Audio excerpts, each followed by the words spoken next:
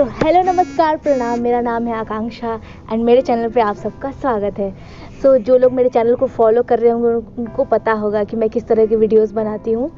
पर आज का जो वीडियो है ना वो बिल्कुल अलग होने वाला है, क्योंकि आज हमारे साथ हैं कि यूपीएससी एस्पिरेंट अनुजा, जिनसे आज करेंगे हम चर्चा कि कैसे कर रही हैं वो अपनी तैयारी इन कुछ बचे हुए चंद दिनों में। तो जैसा कि हम सबको पता है कि यूपीएससी की परीक्षा में अब बस चंद कुछ दिन बच गए हैं, अप्रॉक्स 1 महीने से भी कम दिन बचा है।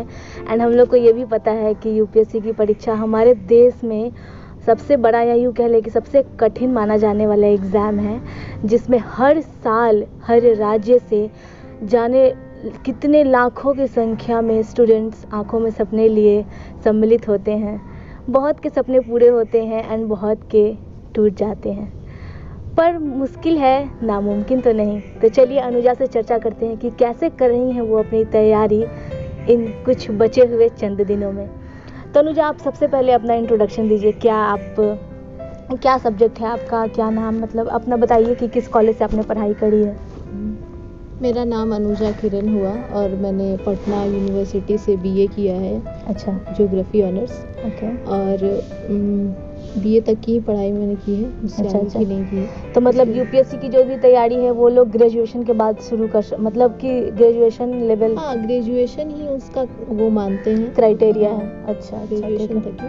तो मैंने वो कर रखा है, उसके बाद मैंने यूपीएससी की तैयारी करनी शुरू कर दी। अच्छा, तो मैं आपसे ये जानना चाहूँगी कि लोगों के दिमाग में ये है कि इतनी कठिन परीक्षा तो कितने कितने घंटे लोग पढ़ते हैं। सुनने में आता है कि लोग दिन भर पढ़ाई ही कर रहे हैं। तो मैं आपसे जानना चाहूँगी कि आप कितने घंटे पढ़ती हैं, कितने घंटे पढ़ाई करती हैं, क्या रूटीन है आपका सुबह से शाम तक। देखिए, घंटों पढ़ना मतलब मैं नहीं कहूँगी कि घंटों घंटों पढ़िए, अपने आप को बोर कर लीजिए। आप कंटिन्यूटी मेंटेन करके रखिए। कंटिन्यूटी मेंटेन 10 घंटे किसी दिन पढ़ाई होगी, किसी दिन 8 घंटे ही पढ़ाई होगी, किसी दिन आप 12 घंटे भी पढ़ लेंगे। तो आप कंटिन्यूटी मेंटेन रखिए, किसी दिन भी गैप नहीं रखिए। और अगर मेरे रूटीन के बारे में अगर बात करें तो मैंने प्रोग्राम बना रखा है। जैसे एक वीक से पहले ही मैं अपना प्रोग्राम बना लेती हूँ कि एक सप्ताह में मुझे कितनी पढ़ाई करनी, कितनी देर पढ़नी है, क्या क्या पढ़ना है, ये सब मैं हर दिन के हिसाब से बांट लेती हूँ। तो मतलब आप इतने घंटे पढ़ती हैं, जैसे आप बता रही हैं 10 घंटे 12 घंटे, तो मेरे हिसाब से 10-12 घंटे तो मैं कॉन्सेंट्रेट कर ही नहीं सकती। 1-2 घंटे में ही दिमाग चकराने से लगता है। तो जैसे ब्रेक वगैरह लेती हैं आप। हाँ, लेती हूँ उस तरीके से, जैसे कि आप 2 घंटे पढ़ ले। अच्छा। उसके बाद एक छोटा सा ब्रेक ले ले। अच्छा। और फिर 2 घंटे पढ़े, फिर ब्रेक ले ले। और ब्रेक में ये ध्यान रखें कि आप घूम सकते हैं, टहल सकते हैं, लोगों से बात कीजिए, लेकिन फ़ोन, टीवी या रेडियो ये सबसे दूर रहिए, इस सबसे दूर रहिए। और अपने आप को ऐसे चीज़ों में लगाइए, जैसे किसी लोग से बात कर लिए, अपने दोस्त से बात कर लिए, या फिर न्यूज़ वगैरह देख लिया, पेपर पढ़ लिया। तो मतलब आपने टाइम बांटा हुआ है कि कब आपको पेपर पढ़ना है, सुबह शाम, न्यूज़ कब देखना है? जैसे न्यूज़ देखना है, आप सुबह का टाइम डिसाइड कर लीजिए। अच्छा। या फिर पूरे पढ़ाई के बाद शाम का डिसाइड कर लीजिए। इस तरीके से आप न्यूज़ वगैरह पढ़ सकते हैं। अच्छा, ये मैंने कुछ क्वेश्चंस बनाए हुए थे आपके लिए, तो मैंने सोचा कि पूछती हूँ। मतलब मैं ये जानना चाहती थी कैसे इतने घंटे फोकस्ड रहने के लिए क्या कुछ करती हैं आप, कुछ मेडिटेशन वगैरह करती हैं? फोकस्ड रहने के लिए मैं सुबह उठती हूँ जब, तो मेडिटेशन करती हूँ। मेडिटेशन लगभग 10 मिनट या 7 मिनट, 8 मिनट, 12 मिनट ऐसे करके मैं डेली मेडिटेशन करती हूँ। और रात में सोने से पहले भी मैं 5 मिनट 10 मिनट के लिए मेडिटेशन करती हूँ। और मेडिटेशन आपको हमेशा फोकस्ड रखता है। आप अगर मेडिटेशन करते हैं तो अगर 1 महीने आप लगातार मेडिटेशन करके देखिएगा, बहुत फोकस्ड फील करेंगे। आप जब पढ़ाई करते हैं तो कंसंट्रेशन बहुत ज़रूरी है, इसीलिए मेडिटेशन आपके मेंटल हेल्थ को बहुत सही रखता है। अच्छा, मैं आपसे पूछना चाहूँगी कि मतलब क्या जैसे आपका सब्जेक्ट क्या है? ज्योग्राफी ऑनर्स है। हाँ। तो मतलब क्या सब्जेक्ट मटेरियल जो है, स्टडी मटेरियल आप क्या यूज़ करती हैं पढ़ने के लिए? जैसे मेरा सब्जेक्ट वो ग्रेजुएशन में था ज्योग्राफी, उसको मैंने अपना ऑप्शनल लिया है। जैसे हमारा जो यूपीएससी का एग्ज़ाम होता है उसमें हर किसी को एक ऑप्शनल लेना रहता है। तो मैंने अपना ग्रेजुएशन का ही जो सब्जेक्ट था ज्योग्राफी, वो मैंने एज अ ऑप्शनल लिया है। और उसके अलावा जैसे जो हमारा प्री होता है उसमें हमें बहुत सारे सब्जेक्ट पढ़ने होते हैं, जैसे कि आपको polity, economy, history, geography, science, general science और इन्वायरमेंट, उसके बाद करंट अफेयर से आपको लिंक करना होगा, तो ये सारी चीज़ें आपको प्रीलिम्स के लिए पढ़नी होगी। तो मैं आपसे एक चीज़ पूछना चाहूँगी कि मतलब जीके जीएस का सोर्स क्या है, ये मैं आपसे पूछना चाहती हूँ, क्योंकि बहुत लोग पूछना चाहते हैं कि मैगजीन से पढ़े, बहुत लोग प्रतियोगिता दर्पण को प्रेफर करते हैं, कौन सा न्यूज़पेपर ले, इन सब चीज़ों के अभी काफ़ी कन्फ्यूज़न रहता है छात्रों के बीच, तो आप बताना चाहेंगी? देखिए, मैं द हिंदू को फॉलो करती हूँ। अगर जनरल नॉलेज और डेली के करंट अफेयर्स के बारे में बात करें तो द हिंदू को न्यूज़पेपर को मैं फॉलो करती हूँ, और उसके अलावा हर मंथ के बाद हर इंस्टीट्यूट अपना अपना एक पूरे महीने का करंट अफेयर्स अपडेट करती है। तो अगर आप वो भी आपके पास टाइम है तो आप देख सकते हैं। तो वो अच्छा, जैसे कि आपने किसी इंस्टीट्यूट में ऑलरेडी एडमिशन लिया हुआ है, कोर्स करा हुआ है, तो आप वहाँ का लेती हैं या फिर किसी और इंस्टीट्यूट का? ऐसा कोई ज़रूरी नहीं है कि आप सिर्फ उसी इंस्टीट्यूट तक सीमित रहें। आपको अच्छा। अगर किसी भी इंस्टीट्यूट का अगर आपको अच्छा लग रहा है, अच्छा, मतलब बहुत सारे ऐसे इंस्टीट्यूट हैं जो जनरल जीके जीएस के लिए मुहैया कराती हैं बुक्स वगैरह? ऑनलाइन फ्री बुक्स नहीं, आपको ऑनलाइन फ्री में मिल जाएगा। अच्छा, पीडीएफ वगैरह डाउनलोड कर सकते हैं। हाँ, और मतलब ऐसे मैगजीन्स वगैरह आप बेचती हैं वो कम, मतलब जो भी इंस्टीट्यूट वगैरह है?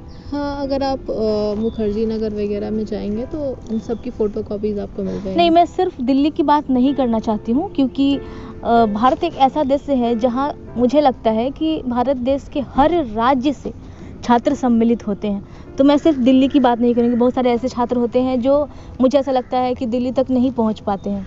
तो उन सब के लिए भी मैं पूछना चाह रही थी आपसे कि मतलब क्या मैगजीन्स वगैरह, वो मैगजीन आपको ऑनलाइन भी अवेलेबल होती है, अच्छा, अमेज़न से, फ्लिपकार्ट से आप ऑर्डर कर सकते हैं। ओके।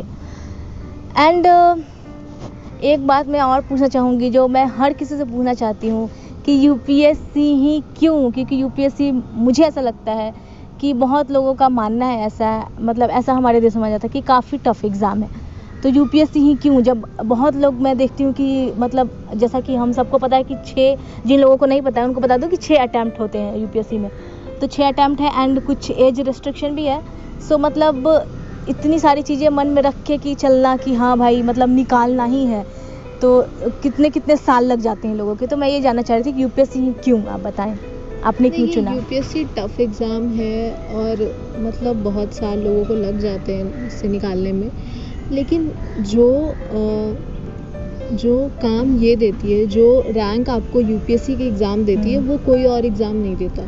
हाँ, और वो एक मन में वो भी चीज़ होती है ना कि मुझे देश की सेवा करनी है, तो वो एक चाहत होती है, और वो वर्दी का क्रेज जो है, वो लाल बत्ती, सॉरी अब तो लाल बत्ती नहीं मिलती है, पर हाँ मतलब वो एक क्रेज है युवाओं के अंदर कि इस तरह से हम देश की सेवा करें, सिविल सर्विसेज में जाएं, तो ये बात है। हाँ, तो यूपीएससी एक ऐसा एग्ज़ाम है जो आपको बहुत अपर लेवल का रैंक ऑफिसर का पोस्ट देता है।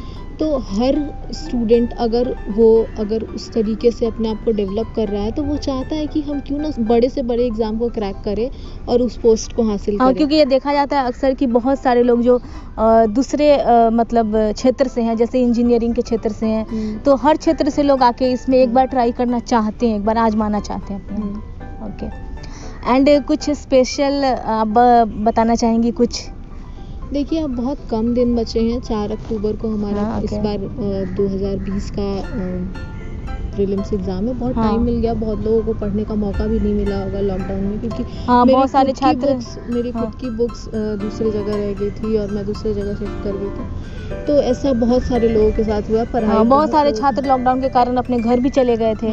बहुत लोगों की पढ़ाई बीच में रुक गई थी। तो मैं कहूँगी कि इन सब से डरने घबराने की ज़रूरत नहीं है। अभी भी आपके पास बहुत टाइम बचा है, अभी भी आपके पास 20-25 दिन बचे हैं, उसमें अच्छे से तैयारी कीजिए, मन लगा के तैयारी कीजिए, निकलेगा, ज़रूर निकलेगा, एक न एक दिन होगा, मुमकिन है। हाँ, मुमकिन है। सो ऑल द बेस्ट मेरे तरफ से सबको। तो वीडियो को हम ख़त्म करते हैं एंड अनुजा को ऑल द बेस्ट कहते हैं अपने तरफ से कि उनका ये जो सपना है वर्दी पहनने का वो पूरा हो, और आप सब जो इस एग्ज़ाम को दे रहे हैं, सम्मिलित होने वाले हैं, उन सब को मेरी तरफ से ऑल द बेस्ट है। सो मिलते हैं नेक्स्ट वीडियो में, तब तक के लिए bye bye, take care, see you soon, thanks for watching.